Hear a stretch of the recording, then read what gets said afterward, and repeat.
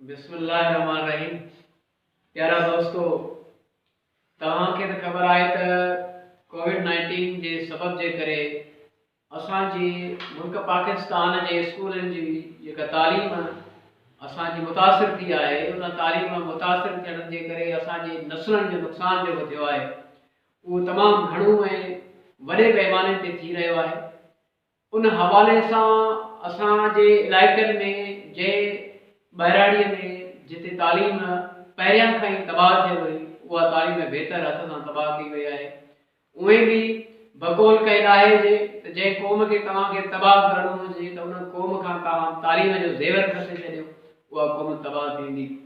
अगरि जेकॾहिं कोविड-19 जे करे असांजी तालीमी इदारनि खे ताला लॻा आहिनि त उन्हनि तालनि लॻण जे करे असांखे न हुअणु घुरिजे ईअं त असां पंहिंजे ज़मीरनि खे बि ताला आणे छॾियूं, पंहिंजे ज़हननि खे बि ताला आणे छॾियूं। पर असांखे इहा सोच रखणु घुरिजे त असांखे किताब सां दोस्ती रखणी आहे। उहो किताब असांजो चाहे असांखे कंहिं चैनल जे थ्रू जेको आहे सो असांखे इल्मु ॾिए, चाहे उहो घरनि में असांखे इल्मु छो न मिले। अॼु असां जंहिं प्रोग्राम खे जो मंशूर जेको रखियो आहे तव्हांजो ॼातल सुञातल दोस्त साईं अमजद सर साहब, जंहिंजो हिकिड़ो चैनल आहे motivational skills by Sufi sir.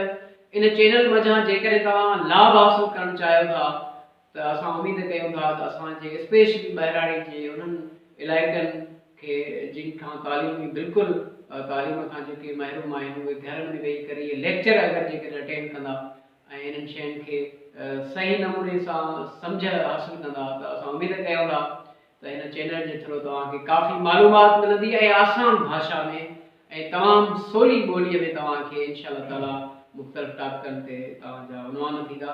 वधीक साईं अमजद सर साहब बि तव्हांजे साम्हूं कुझु पंहिंजे ख़्यालनि जो इज़हार कंदो हिन चैनल जे बारे में ऐं हिन प्रोग्राम जे बारे में। शुरूआत में मालिक जे नाले सां जेको दिलि जा राह बहितर ॼाणींदो आहे। जीअं साईं ॿुधायो त असां जेको कोविड जे करे काफ़ी असांजी तालीम मुतासिर थी रही आहे, इन ई सिलसिले जे मुताबिक़ असांजो पहिरियों कमु हली रहियो आहे जेको असां स्लोली कमु करे रहिया हुआसीं। पर हाणे जीअं कोविड स्टार्ट थी चुको आहे, इन जे करे असां लेक्चर्स कुझु रिकॉर्ड कंदासीं, कुझु लाइव कंदासीं ऐं मुख़्तलिफ़ कैटेगरीज़ जा, जंहिंमें असांजी बेसिक इंग्लिश हूंदी। उहा बेसिक इंग्लिश जेका आहे असांजी मुख़्तलिफ़ टेस्टनि में पिणु कमु अचे थी ऐं जेके असांजा ॿार, नंढा ॿार ऐं जेके मैट्रिक क्लास ताईं जेके आहिनि, उन्हनि खे पिणु वधीक तालीम मुहैया थींदी, जेके पंहिंजे घर वेठे वधीक लाभ हासिल करे सघंदा। उन सां गॾोगॾु मैथमेटिक्स जूं टिप्स हूंदियूं ऐं प्राइमरी लेवल जी मैथमेटिक्स खां असां स्टार्ट कंदासीं, जंहिंमें मुख़्तलिफ़ क़िस्म जा टिप्स ॾींदासीं ऐं मुख़्तलिफ़ लेक्चर्स पिणु ॾींदासीं। उन सां गॾोगॾु मुख़्तलिफ़ नौकरियुनि में ईंदड़ सवाल जेके असांजा हूंदा त बेसिकली बुनियादी आहिनि, पर असां जॾहिं हेॾी डिग्रियूं हासिल करे पहुचंदा आहियूं कंहिं मंज़िल ते, पोइ उहे असांजा बेसिक जा प्राइमरी लेवल जा सवाल जेके आहिनि असांखे उन महिल विसरी चुका हूंदा आहिनि। पर चवंदा पोइ जॾहिं टेस्ट में वेंदा आहियूं या इहो सवाल पढ़ियल त आहे पर हाणे यादि न आहे इहो एक्यूरेट आंसर छा आहे। तंहिंजे करे असां बेसिक शयुनि खे खणंदासीं जेके मुख़्तलिफ़ नौकरियुनि में पिणु कमु ईंदा। उन सां गॾोगॾु असांजो राउस टीचर्स इंस्टीट्यूट बि हली रहियो आहे।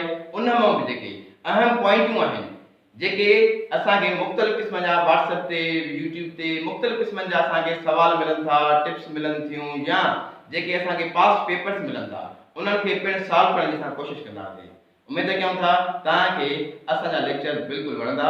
इन सां गॾोगॾु असांजे चैनल यानी पेज फेसबुक ऐं यूट्यूब जेके असांजा वीडियोज़ जल्द खां जल्द अपडेटेड वीडियोज़ मिलनि ऐं जेकॾहिं उहे असांजा तव्हांखे लेक्चर वणनि था त लाइक कंदा, कमेंट कंदा, जीअं असांजी रहनुमाई थिए ऐं असांजी इस्लाह कंदा जाते जेकॾहिं असां कॾहिं कमी पेशी थी वञे।